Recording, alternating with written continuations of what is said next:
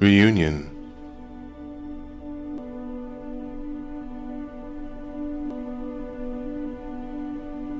And the new day had arrived, when in the wash of light through her bedroom window, he saw her for the first time with his new eyes. These eyes ancient, that had seen the world of Olga she'd neglected to mention, had witnessed its cruelty and folly, its striving and even its demise. And he'd forgiven her this omission.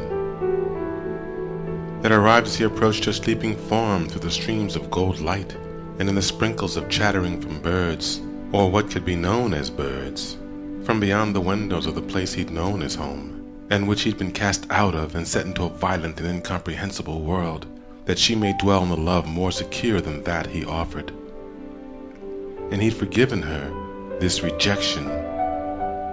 It arrived as he viewed her now, covered from the world, unknowing of the weight of his love for her that had carried him across such an expanse of time that he should outlive even those who created him in order to fulfill this moment fated by their genius and arrogance. And he'd forgiven them this disregard. The new day arrived as he witnessed the sight of her face, gentle beneath her hair in disarray, and the dual emotions of love and fear of love came upon him in this combination with which Olga had ever to contend. For in loving, is there not the prospect of losing love? And is that not what in the end drives all confinement of the heart? And he'd forgiven all of creation for this ever-troubling aspect of emotion, that he may revel in this most sacred knowing, to know love, and to live at once in its heedless grasp. He knelt beside the bed, and in her face, not yet awake, is everything that ever mattered to him. He dared to reach out and touch her, to move her hair and gaze upon her beauty. He dared, and that she may suddenly be revealed as some trick of light or magic, and whisk away into the nothing in which he'd been prepared to dwell without her. But she did not. She remained, as he parted the hair from her face, and there was a shock of worlds inside him, as her eternal face within was manifested before him. The dream and the dreamt of one. And this was at last a happy tear that fell and broke upon his cheek as he gazed on the grace of her features. It was a tear for the end of his torment without her. He cried that he had ever lived a moment away from her side, and that she had ever looked beyond him for love, and that she was here at last and without obstacle. And then she awakened. Slowly her eyes opened and focused on the world, or what was left of the world. She sees him, and her eyes puzzle. She had been lost to time and to him for 2,000 years, and now she returned by the most miraculous extraction of life from the river of being itself. Does she remember? She must. He has looked for her forever. I found you. He smiles these words, and his face is washed in tears, unprogrammed and unprecedented. Her dream seemed like clouds passing at some distance, and muffled noises out of her line of sight. There was something before, a backdrop of activity in some unrecognizable expanse, some constant motion that she cannot recall the nature of. It is past. She opened her eyes. The face she sees is familiar. Yes, it is the boy. She remembers him. He is washed in gold light, and his eyes are mysterious upon her. Why does he cry? She smiles at him. And his heart, that is not a heart, must be alive, for it sang as her eyes awakened upon him, and her sleepy smile bloomed in her recognition of him. She lifted an arm from beneath the blanket and wiped the hair from her face, and he rejoiced in every subtle movement, the recognition of her eyes upon his and the unspoken understanding within. "Hi," is what she said to him after awakening from forever. The sound pressed warmly against his love for her and wrested another tear from his being. "Hi," is what he replied to her moments later as the weight of this passed and allowed him to speak. She lay her head back on the pillow, and her eyes twinkled at his gaze. "I must have dozed off," she said, not remembering her last days. Time has moved on and left her memories on the receding tide of eternity. Yesterday she could have gone shopping or boating on the pond. She does not recall. Nor is she haunted, as in life, by the image of his lonely silhouette retreating in the mirrors of her flight. This is mercifully lost to her forever. It is lost to him also, for he cares no more. Her eyes troubled for a fraction of time and were curious upon him. "How long have I—" "Would you like some coffee?" he interrupted, for she is mortal, and he must be gentle with her. "Just the way you like it?" And her sleepy smile is a reward by which this inquiry was inspired. "Yeah, I'd love a cup," she said, and stretched a silent yawn.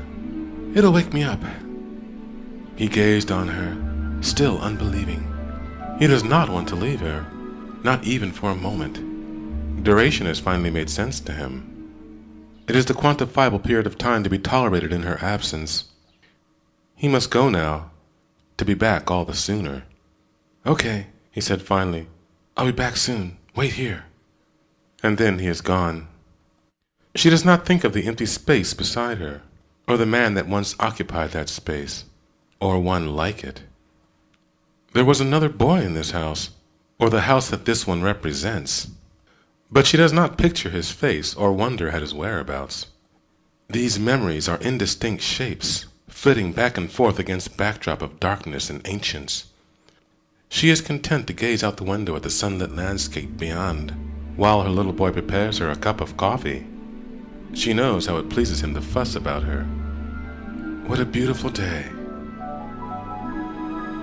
The coffee is exactly as he remembered it. He works quickly but carefully. He must see her again as fast as possible. But he is a creature of precision, and her formula must be correctly prepared. The others watch patiently. They amaze in this connection.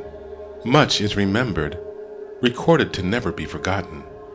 They watch her carefully.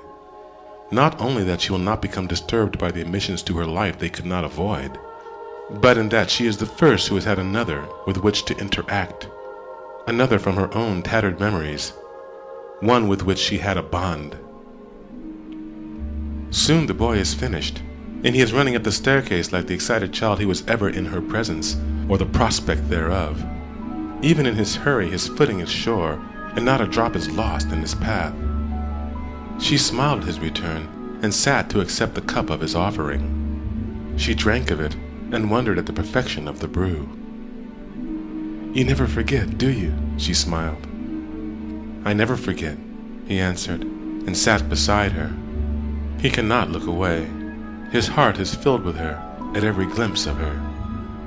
She troubled again, her face pinched as she gazed around the room uncertainly. "I must be a little confused," she said, concerned that something was not quite right about this situation. "What day is it?" she asked, looking to him for the answer to this perplexing anomaly. His love has required that he brace her from the persistent roar of the real world that has insisted time pass her by. He thought, "It is today," he said, and his smile and the child's light in his face disarmed her, and she concerned herself no more with the mundane matters of the day. "And what have you been up to?" she asked, a tease of reprimand in her voice. "You're a mess." He let his eyes drop down to his own soiled clothing, just for a moment, and then looked back up at her. And his boyhood is a real thing, shining through his mischievous grin and the raising of his eyebrows. Stuff?" he shrugged. "Perhaps you need a bath," she suggested. He did not protest this suggestion. And as the day wore on, David thought it was the happiest time of his life. All the problems seemed to have disappeared from his mommy's mind. There was no Henry. There was no Martin. There was no grief. There was only David. She washed him in the bathtub and then dressed him in the clothing that had been left on the bed, asking not from whence it came. He was once again the clean little boy he had been designed to be. David had been warned not to explain anything to Monica, lest she become frightened and everything be spoiled. But his journey home belonged only to him, so he saw no harm in painting her pictures of things that she would have no memory of. Her face was blank in confusion at the colorful finger paintings he had rendered of the bearded man with the glasses, and the dark, mysterious-looking young fellow with the coat and tails. There was something also that looked like a jail. It was full of color and fury. And was that a woman with protruding breasts? And this beautiful blue rendering, with wings. Where had he seen these things? When? She smiled strangely at him. What an imaginative little boy he had become. Teddy joined them then, and they played hide-and-seek as the day wore on.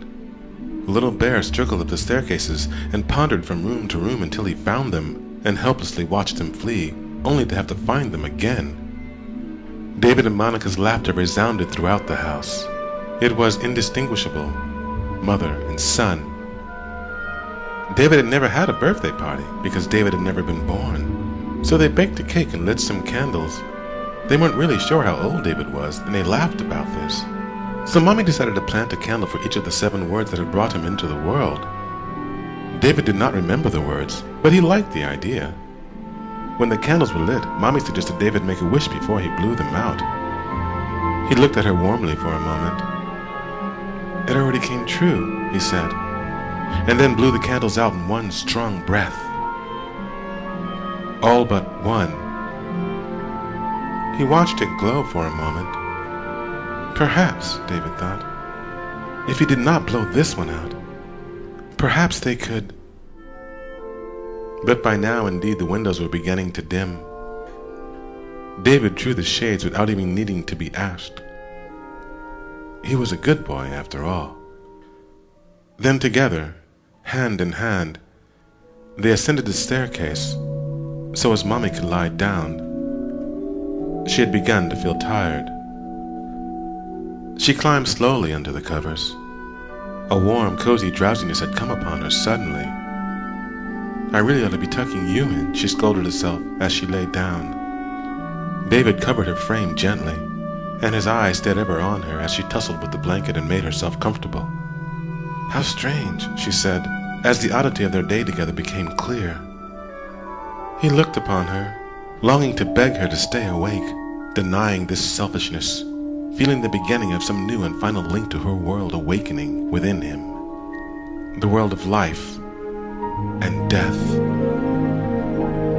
I can hardly keep my eyes open, she said, nestling into the covers. I don't know what's come over me. She lay down as he knelt beside the bed. What a beautiful and fascinating day, she said, almost to herself, and his eyes were still upon her, some unspoken longing expressed within the unblinking blue of them. He's always been so faithful, and he has forgiven her something, hasn't he? Somehow she knows this, but what? What? And her eyes were locked on his. What was it she saw there? There was something she never noticed before. It was warm and alive. I love you, David, she said suddenly, and he was unprepared for those words even in this final moment, and unprepared for the arms that reached out and embraced him gently, and the tender feel of her cheek against his face, and the warmth of her body against his own, and her soft words in repetition, I do love you, and the way the sound of those words filled his soul and crushed his loneliness upon the mantle of their bond. And his tears are for this moment that can never be again, and have been so long in coming. His tears are for this final acceptance and goodbye. I've always loved you, she said, and then she closed her eyes. And that was the everlasting moment that he had been waiting for, and the moment had passed, for Monica was sound asleep. Well, more than merely asleep. Should he call to her, she would not answer. Should he shake her, she would never rouse. So David crawled beneath the covers beside her as Teddy sat at the foot of the bed. He said good night to his friend as the lights grew dim. Then he closed his eyes, and soon he went to sleep too. And for the first time in his life, he went to that place where dreams are born.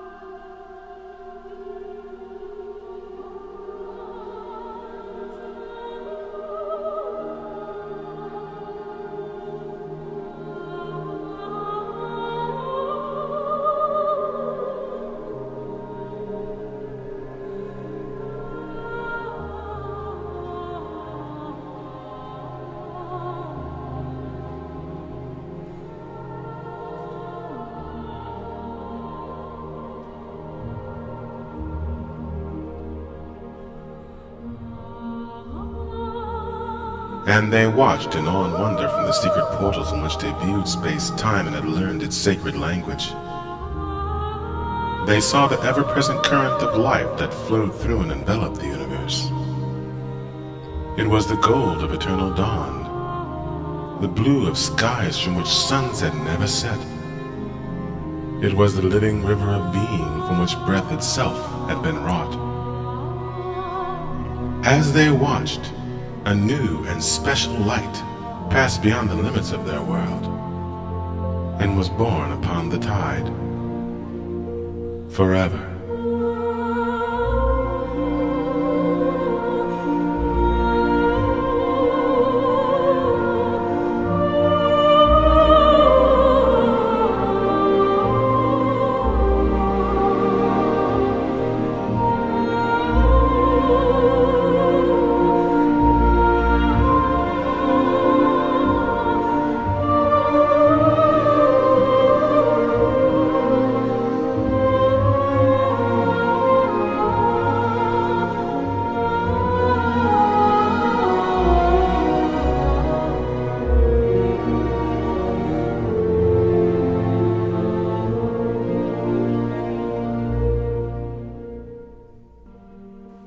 You've been listening to Artificial Intelligence, a fan's novel, a fan's interpretation of a Steven Spielberg treatment of a Stanley Kubrick story.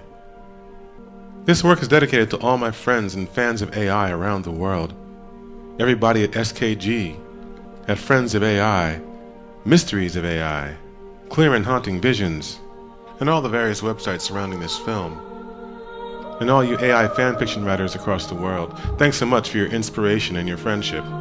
And especially you barflies at the Shangri-La for the rendering of the dialogue which I referred to often. I hope you all enjoy this. And a very special thank you to ComeAwayOHumanChild.net for hosting this work. This is of course an unofficial release designed to be distributed freely. I would like to thank the filmmakers for this wonderful experience. I hope you know you've touched many of our hearts. Brian Aldiss for his original story, Super Toys Last All Summer Long. Stanley Kubrick for his adaptation and vision, Steven Spielberg for bringing it to the screen, and special gratitude to Maestro John Williams, whose music was so integral to the power of this film. I beg his indulgence for using it here. And to all the major and minor players who were part of bringing this film to the screen. And last but not least, Mr. Haley Joel Osment for bringing David to life so masterfully.